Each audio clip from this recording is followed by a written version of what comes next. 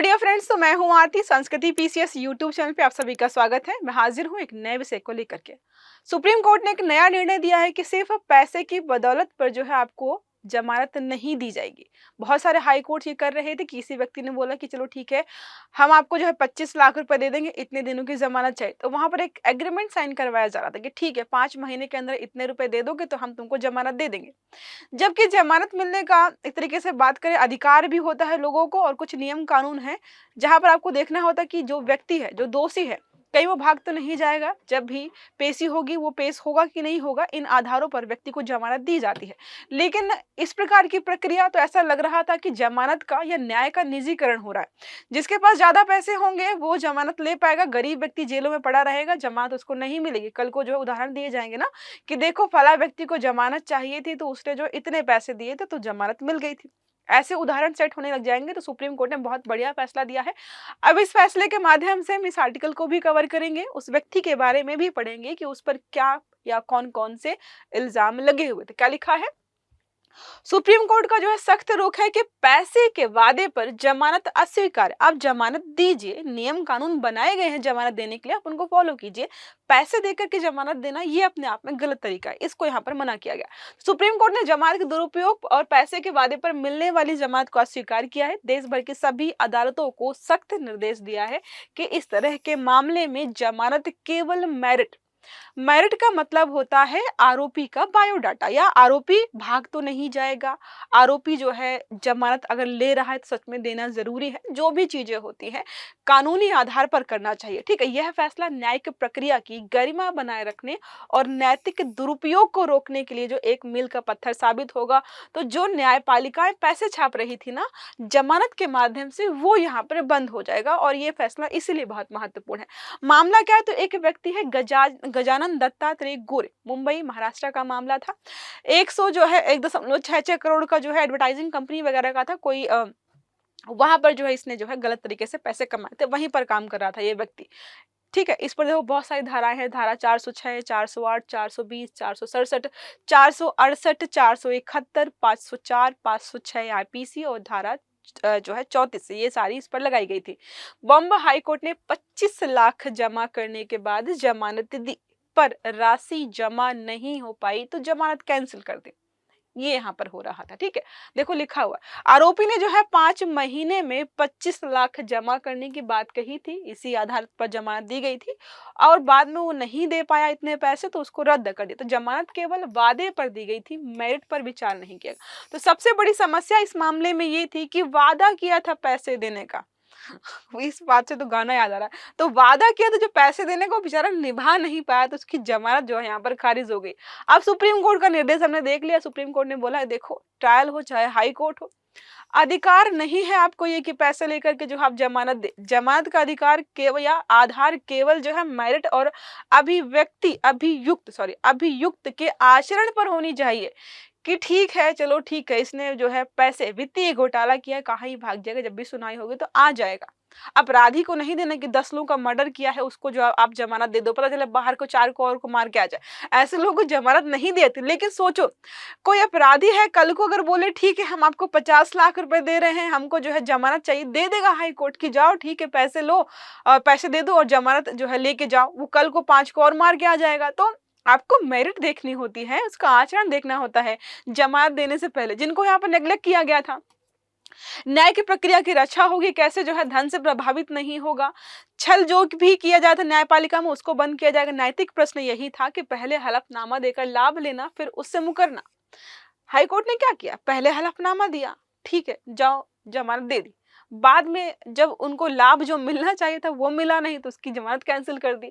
अब supreme court का आदेश जो है यहाँ पर दिया गया कि इतने रुपए जो है आपको जो है सुप्रीम कोर्ट मध्यस्थता केंद्र में जमा करने होंगे। स्वतंत्रता है कि आरोपी को जो है आत्मसमर्पण के बाद नई जमानत याचिका जो है मेरिट के आधार पर दाखिल करने की अनुमति दे दी गई है और यहाँ पर जो है सभी हाई कोर्ट्स को इसकी प्रतियां भेज दी गई। इसके पहले बहुत सारे मामले जो आए हुए हैं जहाँ पर सुप्रीम कोर्ट ने इस प्रकार के फैसले दिए भी हैं। देखो यहाँ पर 2023 का Kundan Singh versus superintendent of CGST and जो है सेंट्रल एक्साइज का था। यहाँ पर क्या था?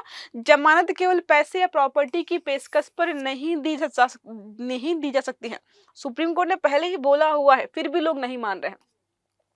जमानत का उद्देश्य क्या होता है कि न्याय की हिरासत से छूट मिलना, ना कि अपराध से छूट मिलती है। कोर्ट की उपस्थिति मतलब कोर्ट में जब भी आपको उपस्थित होने के लिए बुलाया जाएगा, भले आप जमानत में हो या नहीं हो, आपको वहां पर उपस्थित होना होता है। यही है जमानत का मुख्य उद्देश्य। ठीक है, अब बात करते हैं टिप्पणियां, बहुत सारी टिप्पणियां। एक तो हमने 2023 का मामला देखा, उसके अलावा देखो यहाँ पर है गौतम जो है नवलखा वर्सेस NIA, ठीक है, नेशनल इन्वेस्टिगेशन एजेंसी जो है।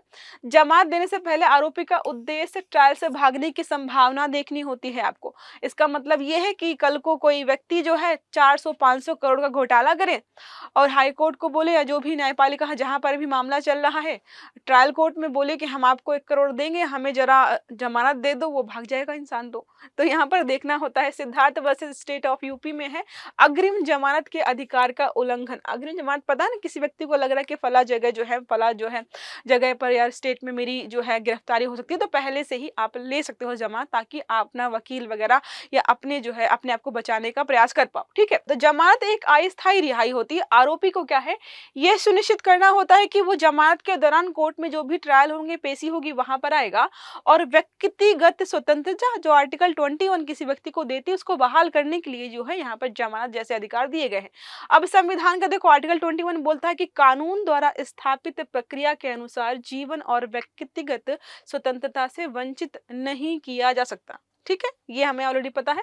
तो जमानत एक तरीके से मौलिक अधिकार से संबंधित हम चीज मान सकते हो। ठीक है, ओके, अब बढ़ते हैं आगे।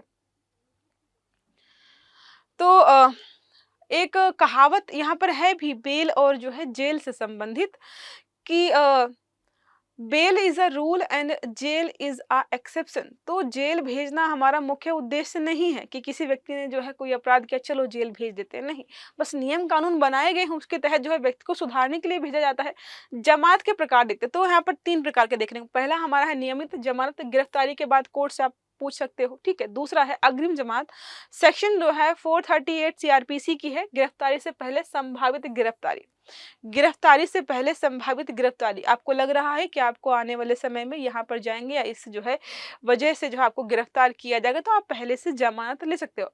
अंतरिम जमानत यहाँ पर है स्थायी आदेश के पहले अस्थायी राहत यहाँ पर मिलती है। अब बात करते हैं देशव्यापी प्रभाव। तो आपको बता दिया है पूरे जितनी भी हाई कोर्ट्स हमारे हैं सब जगह जो है प्रतिलिपि भेज दी गई है, प्रति भेज दी गई है कि भाई सबको इसको अप्लाई करना है। एक जो है पे टू फ्री,